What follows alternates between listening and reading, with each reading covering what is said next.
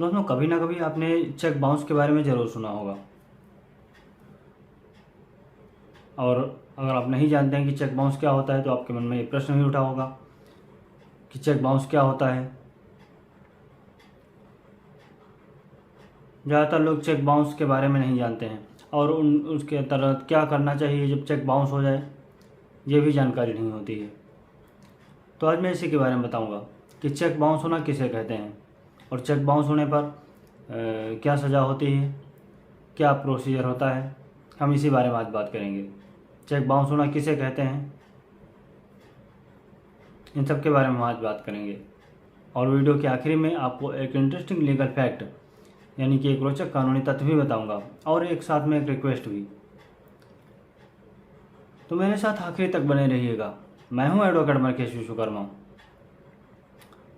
दोस्तों हम जब किसी के द्वारा दिए गए चेक को लेकर बैंक में जाते हैं, यानी कि किसी को कोई हमें पेमेंट करता है चेक के द्वारा और वो चेक हम बैंक में लेकर जाते हैं, लेकिन वो चेक बैंक के द्वारा कैंसिल कर दिया जाता है, यानी कि खारिज कर दिया जाता है, रद्द कर दिया जाता है, तो उसे ही चेक का बाउंस होना कहा जाता है। चेक बाउंस होने का एक बड़ा कारण है कि जिस व्यक्ति ने चेक दिया है उसके अकाउंट में पर्याप्त राशि, पर्याप्त धन ना होना, इसके चलते चेक बाउंस हो जाता है।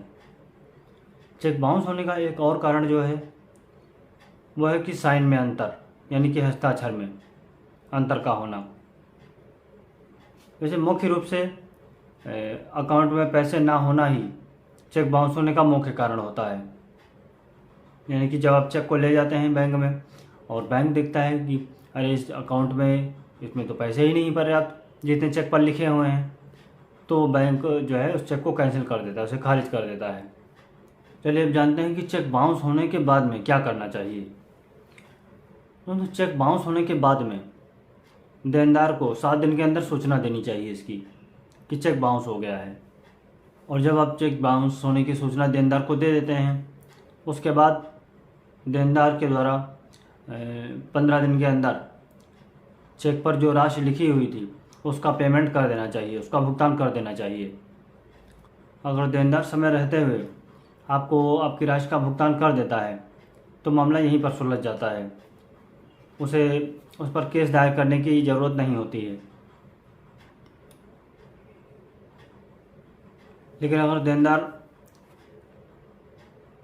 राशि का भुगतान ना करे, यानी कि आपको पेमेंट ना करे, तो उसको लीगल नोटिस फिर भेजी जाती है। इस लीगल नोटिस का जवाब न देने पर देनदार पर आप 1 महीने के अंदर केस दायर कर सकते हैं। यह मुकदमा आप निगोशिएबल इंस्ट्रूमेंट एक्ट 1881 यानी कि परक्राम्य लिखत अधिनियम 1881 की धारा 138 के तहत दायर कर सकते हैं।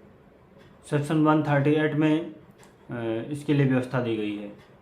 दोस्तों चेक बाउंस होना एक अपराध माना गया है, एक दंडनीय अपराध माना गया है। यानी कि इसको इस तरीके से आप समझिए कि जैसे हमें किसी ने चेक दिया और उसके चेक में जितने उसने मान लिए 2 लाख रुपए उस पर लिखे हुए हैं, 2 लाख रुपए उसके अकाउंट में हैं ही नहीं, तो हम कैसे कि उसके अकाउंट से 2 लाख रुपए निकाल पाएंगे? ये तो गलत है, ये अपराध है, तो एक दंडनीय अपराध माना जाता है चेक का बाउंस होना,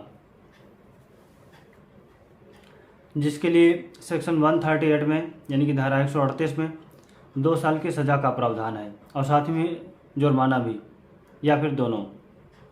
ध्यान देने वाली बात यह भी है कि जब देनदार आपको भुगतान की राशि देता है तो वो सिर्फ आपको राशि नहीं देता है, वो रकम नहीं देता है, उसके साथ में ब्याज भी उसको देना होता है। जो भी व्यक्ति पीड़ित है यानी कि जिसके साथ में ये फ्रॉड हुआ है, वो अपने क्षेत्रीय न्यायालय में केस दायर कर सकता है। चेक बाउंस होने पर धारा 420 भारतीय दंड संहिता के तहत भी केस दायर किया जा सकता है।